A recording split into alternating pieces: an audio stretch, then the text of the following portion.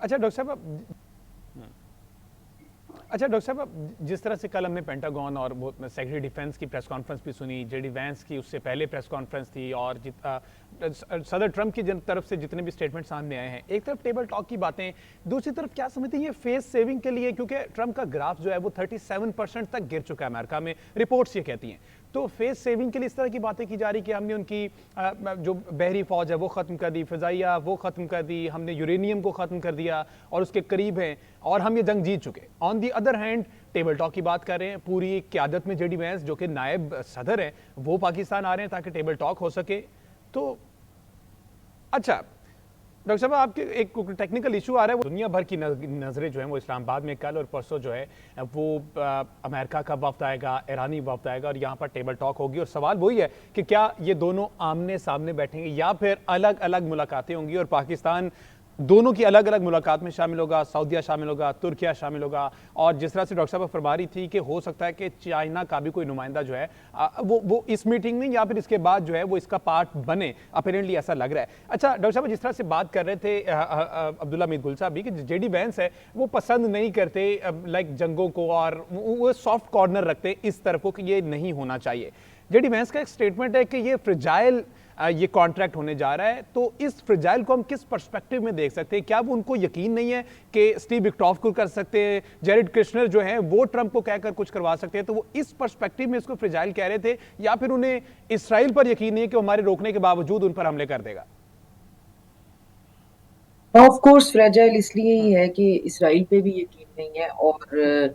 साथ में ये कि उसकी इसराइली लॉबी पे भी यकीन नहीं है। लेकिन ये कि वो जेडी वेंस जो है, हमें नहीं पता कि वो बहुत मेहरबान इंसान है या वो जंगों को पसंद करते हैं या नहीं। वो बहुत बिल्कुल। बड़े जो हैं वो अ, अमेरिका फर्स्ट को लेके चलने वाले हैं। तो उसमें उनको ये इस वक्त सूट नहीं करता कि अमेरिका जो है वो कोई जंग मुसल्लत करके अपना कोई नुकसान करे। सो ये बुनियादी वजह है। और जब नेतन्याहू ये प्रपोजल लेके टाइम और डेट डिसाइड करने के लिए ट्रम्प के पास गया था, तो जेडी वेंस जो है उस वक्त बाकू में थे, और उन्होंने वो टाइम भी इसीलिए चुना था कि जेडी वेंस जो है वहां पे मौजूद ना हो, और वहां पे मारा लागो में ये मुलाकात करके ये सारा कुछ तय करके आ गए थे। और इसमें पीट हेगसेथ का बहुत बड़ा हाथ है। तो कुछ लोग जो इस वक्त ट्रम्प के पास हैं जो कि वॉर क्राइम करवा रहे हैं और वॉर क्रिमिनल हो सकते हैं अगर ये फेयर और जस्ट दुनिया हो, तो उनमें से ये तीन चार लोग जो हैं वो शामिल हैं।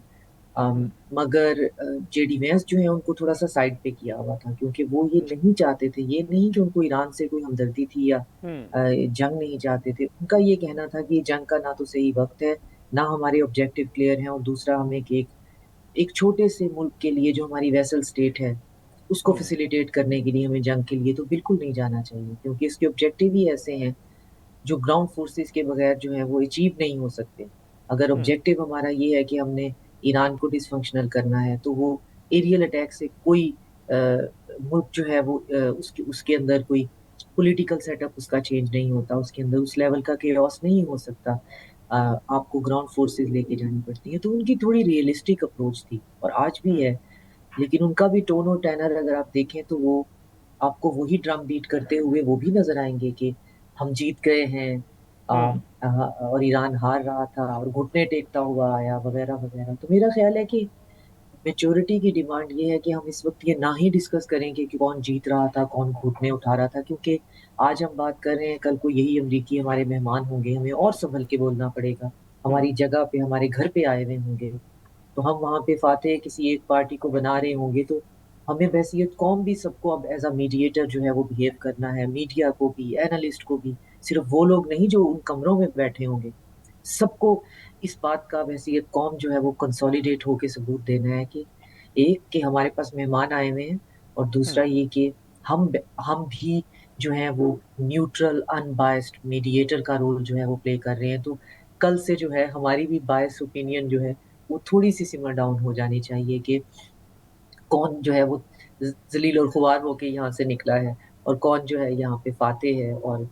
उसकी फतह को बैठ कर ये डिसाइड करना है कि वो अब किस तरह से इंटीग्रेट करेगा रीजन के अंदर, रीजन के पूरे सिक्योरिटी मैकेनिज्म में उसको कैसे इंटीग्रेट करना है, जो पिछले 40-50 साल से उसको आइसोलेट किया हुआ है सैंक्शंस की बुनियाद पे, तो अब उसको दोबारा से सोसाइटी में शामिल तो करना है, क्योंकि उनकी डिमांड्स हैं कि हम पे से सैंक्शंस हटाए जाए, हमारे से ट्रेड किया जाए, हम्म। अम, हमारे पॉलिटिकल सिस्टम को बिल्कुल ना छेड़ा जाए, हमारा जो नुकसान हुआ है उसकी भरपाई की जाए, और साथ में ये कि इस बात को मेक श्योर किया जाए कि हमारे ऊपर दोबारा इस तरह का ब्लेटेंट और एक इतना जो है अनजस्टिफाइड जो है अटैक नहीं होगा। ये कोई रोज रोज का तमाशा नहीं है। तो उनकी बड़ी जस्ट किस्म की, बड़ी लॉजिकल किस्म की डिमांड्स हैं, और यकीनन जब इन पे बैठ कर बात होगी तो बहुत से लोग जो हैं वो इसके अंदर अपना हिस्सा डालेंगे, और उसमें सबसे बड़ी जिम्मेदारी जो है वो पाकिस्तान के कंधे पे आ रही है। कि हमने जो है वो इस फ्रेमवर्क में जिसको हमने इनिशिएट किया है, जो कि एक सफ़ा दो सफ़ा नहीं है, ये किताबें हो सकती हैं, ये pages after pages, meetings after meetings जो हैं, ये सिलसिला चल सकता है। एक तो हमने उसकी जिम्मेदारी ली है कि हम इसमें हर तरह से इसकी ड्राफ्टिंग से लेकर इसकी फैसिलिटेशन तक, और फिर उस ड्राफ्ट को लेकर जहाँ जहाँ जाना होगा मल्टीपल पार्टीज से हम वहाँ जाएंगे, मीडिएशन करेंगे, खुद मीडिएशन के लिए जगह प्रोवाइड करेंगे। तो जिस जिस मुल्क को जो है वो जिस तरीके से इंगेज करना होगा उसके लिए हम अपने गुड ऑफिसेस प्रोवाइड करेंगे। लेकिन उसके अलावा आपको ये भी, मेरी रिजर्वेशन ये है, हमीद गुल साहब जो फरमा रहे थे, अब्दुल्ला गुल साहब के जुमे के बाद दो शुक्राने के नफल पढ़ें, बिल्कुल पढ़ें, लेकिन दो नफल जो हैं वो ये भी पढ़ लें हम्बल होने के, ह्यूमिलिटी के, कि इसराइल की एक हिस्ट्री है निगोशिएटर और निगोशिएशन के प्रोसेस को सैबोटैज करने की। जैसे कि हम बात कर रहे हैं, तो हमारे पास बिल्कुल कैपेसिटी है, कैपेबिलिटी है, पॉलिटिकल विल भी है, लेकिन एक ऐसा कंट्री जो कि शैतानी है और उसकी सिनिसिज्म की कोई हद नहीं है, वो,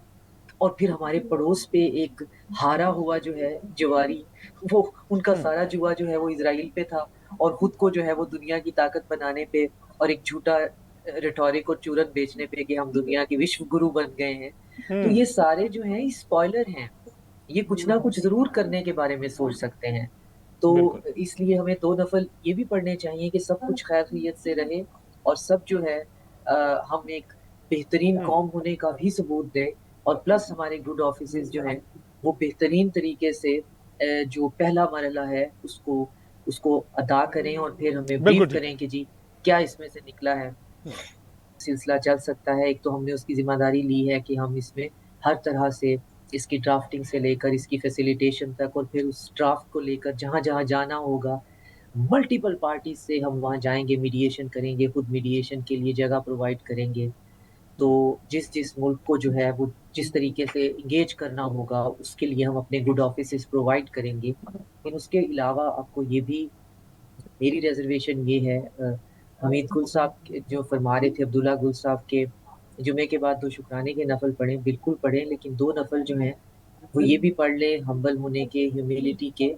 कि इसराइल की एक हिस्ट्री है निगोशिएटर और निगोशिएशन के प्रोसेस को सैबोटैज करने की। जैसे कि हम बात कर रहे हैं, तो हमारे पास बिल्कुल कैपेसिटी है, कैपेबिलिटी है, पॉलिटिकल विल भी है, लेकिन एक ऐसा कंट्री जो कि शैतानी है और उसकी सिनिसिज्म की कोई हद नहीं है, वो, और फिर हमारे पड़ोस पे एक हारा हुआ जो है जवारी, वो उनका सारा जुआ जो है वो इजराइल पे था, और खुद को जो है वो दुनिया की ताकत बनाने पे और एक झूठा रिटोरिक और चूरन बेचने पे कि हम दुनिया के विश्व गुरु बन गए हैं। तो ये सारे जो हैं स्पॉइलर हैं, ये कुछ ना कुछ ज़रूर करने के बारे में सोच सकते हैं। तो बिल्कुल। इसलिए हमें 2 नफ़ल ये भी पढ़ने चाहिए कि सब कुछ खैरियत से रहे, और सब जो है हम एक बेहतरीन कौम होने का भी सबूत दें, और प्लस हमारे गुड ऑफिसेस जो हैं वो बेहतरीन तरीके से जो पहला मरहला है उसको उसको अदा करें, और फिर हमें बिल्कुल ब्रीफ ठीक है। करें कि जी क्या इसमें से निकला है।